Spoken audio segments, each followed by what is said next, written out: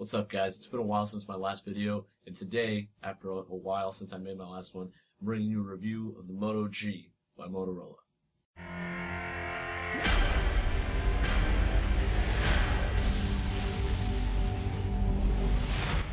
Now, for those of you that don't know, the Moto G was a really different smartphone. It wasn't a flagship like the Moto X or HTC One or the Samsung Galaxy S5. It's kind of in its own category right now because so far there's been high-end smartphones in the Android world, like the ones I just mentioned, and then there's been lower-end ones that are lower spec but also way lower price, so you can buy them unlocked for a decent price. Now, the Moto G comes into that last category, being cheap and a little bit lower spec. But the difference with this is, and that puts it in a class of its own, is the build quality and everything else that I'm going to get into in the full review here in a second. It just sets it apart from the other low-end phones because, yes, you're getting it for a cheap price and you're getting it unlocked, but it's not as low-end as other low-end phones have been so far.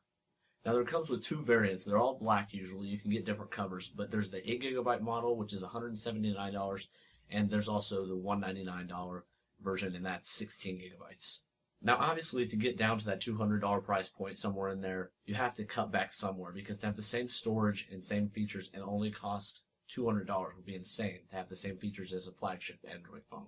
So what they've done is they've made software a priority, it seems like to me, with Android and all the other features that come with Motorola phones, but they've kind of had to skimp out on some physical features. And like I said, you can't expect them to keep every single flagship feature like LTE or an awesome camera. I'm going to explain those in detail. So unfortunately, the Moto G does not have LTE compatibility. I have mine on my SIM card from my iPhone for AT&T, and it does not get LTE or even HSPA plus 4G. It just gets 3G for me where I am right now. Maybe that's just an area-related thing and you can get regular 4G elsewhere, but as far as I know, it's 3G only unless you're on T-Mobile, and that may change. Now, it's not a deal-breaker because most of the time I'm on Wi-Fi, so it's not that big a deal for me. It's just, for some people who are on the road a lot, they might prefer to have LTE, and if so, might want to go with the Moto X or something even more expensive. One of the places it seems they did have to skimp out was the camera. On the back here, you've got a 5-megapixel camera with a flash LED, and they both work fine for what their purpose is. I'm just going to take a picture of the wall here, and you just tap the screen. There's no specific shutter button or anything, and it works just fine. It's just, it's nothing to write home about like the iPhone's camera or anything like that. You can't take really fast successive shots because you see it takes a second to take the picture and send it to the gallery, and then you're good. I mean, there's no lag anywhere in there.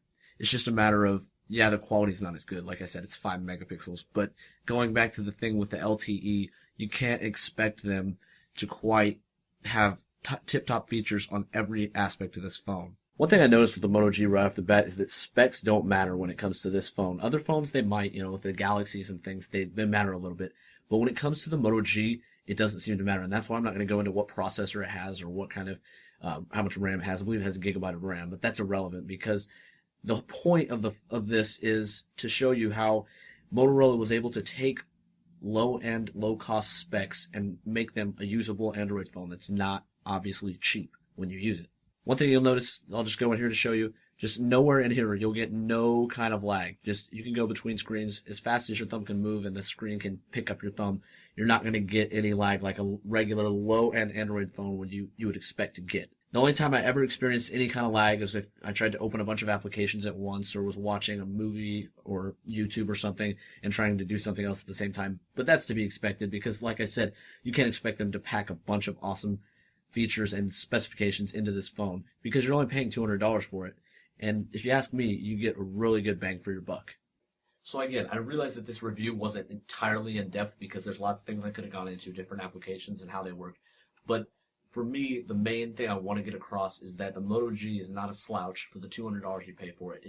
There's some things lacking, obviously, but when you pay only $200 outright for an unlocked phone, there's not much room to complain there. If you want those premium features and it's going to bother you that this lacks those, which for me sometimes it does, I'll admit that. But if you have to have those features, you need to get a Moto X or something, otherwise this is not going to cut it for you in that regard. I want to know what you guys think about this. Let me know in the comments below. Share this video if you have a Twitter or Google+, and ask me any questions you might have in the comment section or Google+, or Twitter, anything like that. Just let me know. I'll see you guys in the next one.